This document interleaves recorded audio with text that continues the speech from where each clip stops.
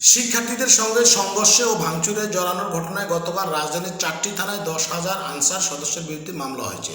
এসব মামলায় গ্রেপ্তার 390 আনসার সদস্যকে কারাগারে পাঠানোর আদেশ দিয়েছে আদালত। এই ঘটনার আগে অন্তর্বর্তীকালীন সরকারের স্বরাষ্ট্র উপদেষ্টা সহ অন্যান্য উপদেষ্টারা তাদের দাবি দেওয়ার প্রতি পূর্ণ সমর্থন জানিয়ে দ্রুত বাস্তবায়নের লক্ষ্যে সাধারণ আনসার সদস্যদের পক্ষে কয়েকজন প্রতিনিধির সঙ্গে তাৎক্ষণিক বৈঠক করেন।